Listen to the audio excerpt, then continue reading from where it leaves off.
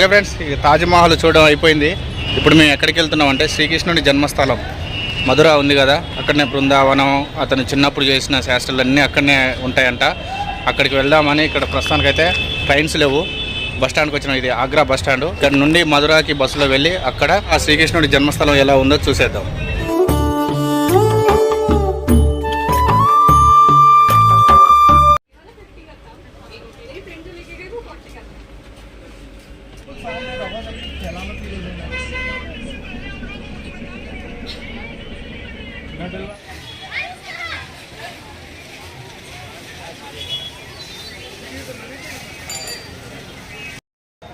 ఈ వీడియోలో మనం శ్రీకృష్ణుడు పుట్టిన జన్మస్థలానికి రావడం అయితే జరిగింది. ఇప్పుడు మనం చూడబోయే టెంపుల్ ఈ ప్రదేశంలోనే శ్రీకృష్ణుడు పుట్టిండు. శ్రీకృష్ణుడు పుట్టిన పుణ్యక్షేత్రం టెంపుల్ ఇదే. శ్రీకృష్ణ జన్మభూమి అని రాసింది చూడండి. కాకపోతే లోపలికి మాత్రం ఎలాంటి మొబైల్స్ కానీ కెమెరాలు ఎలో లేదు, కాబట్టి మేము లోపలైతే ఏం కవర్ చేయలేకపోయినాం. సో ఇక్కడ నుంచి బృందావనం, శ్రీకృష్ణుడు తన చిన్నతనంలో చేసిన అల్లరి మొత్తం విగ్రహాల రూపంలో అందంగా చెక్కబడి ఉంటాయి. సో ఇప్పుడు మనం ఇక్కడ నుండి బృందావనం వెళ్ళి అక్కడ ఉన్న ప్రేమ మందిరాన్ని చూద్దాం.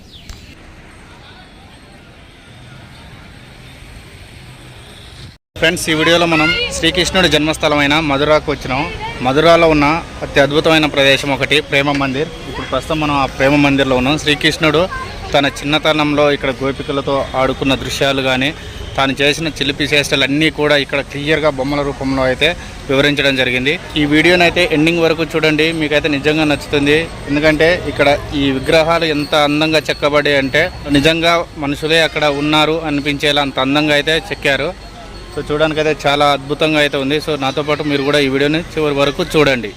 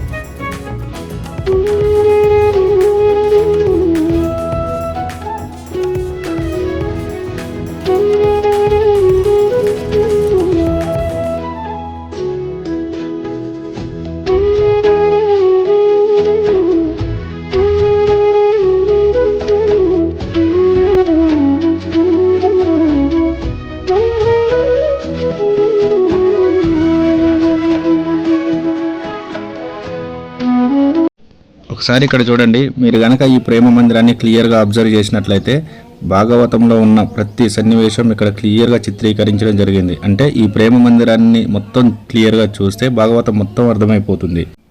ఇక ఈ టెంపుల్ నిర్మించడానికి ఎంతమంది శిల్ప కళాకారులు వర్క్ చేసిరో తెలియదు, కానీ చూడడానికైతే మైండ్ బ్లోయింగ్గా ఉంది.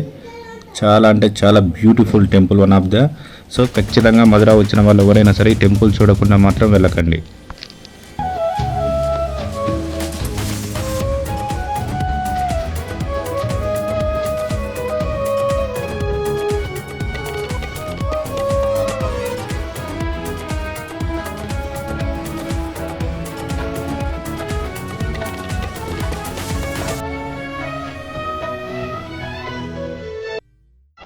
ఇక్కడ శ్రీకృష్ణుడు ఆవులు కాసే దృశ్యాన్ని అయితే చిత్రీకరించారు. చూడండి ఎంత అందంగా ఉన్నాయో. గోవులు అయితే నిజంగా ఆవులే వచ్చి నిలబడ్డట్టు అయితే కనిపిస్తున్నాయి. ఆడ చాలా అందంగా ఉన్నాయి. కృష్ణుడు బలరాముడు అక్కడ చెట్టు కింద నిలబడ్డాడు.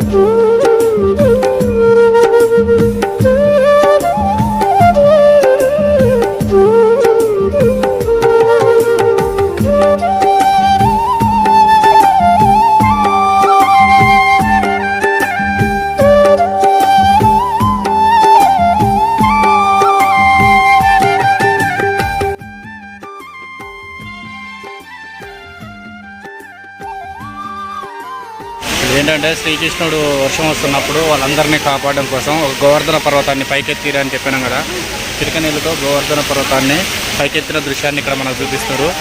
సో తను ఎప్పుడైతే ఆ గుట్టను పైకెత్తుతాడో దాని కిందికి వాళ్ళందరూ వెళ్ళి దాక్కోవడం జరుగుతుంది. సో ఆ సీన్ ఇక్కడ చూడండి.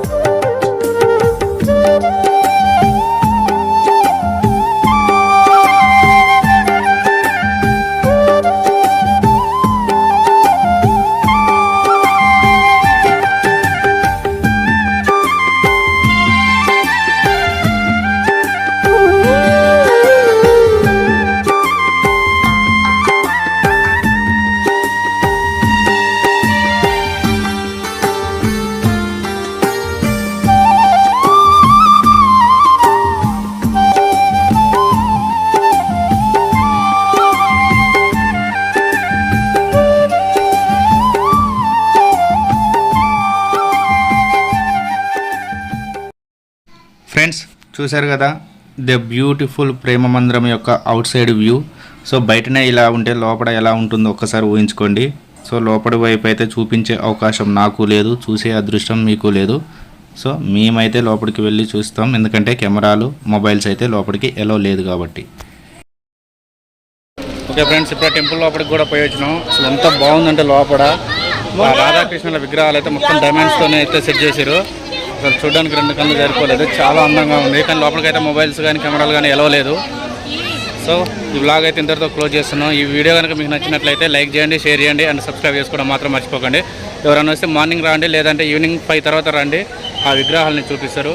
మిగతా టైంలో అది క్లోజ్ చేసి ఉంటుంది. సూపర్ ఉంది లోపలైతే. ఫ్రెండ్స్, మన దేశ స్వతంత్రం కోసం పోరాడి ప్రాణాలు అర్పించిన ఎందరో మహానుభావులలో ఒకరైన మహానుభావుడు మహాత్మా గాంధీ గారి సమాధి వీడియో నెక్స్ట్ వ్లాగులో వస్తుంది, తప్పకుండా చూడండి.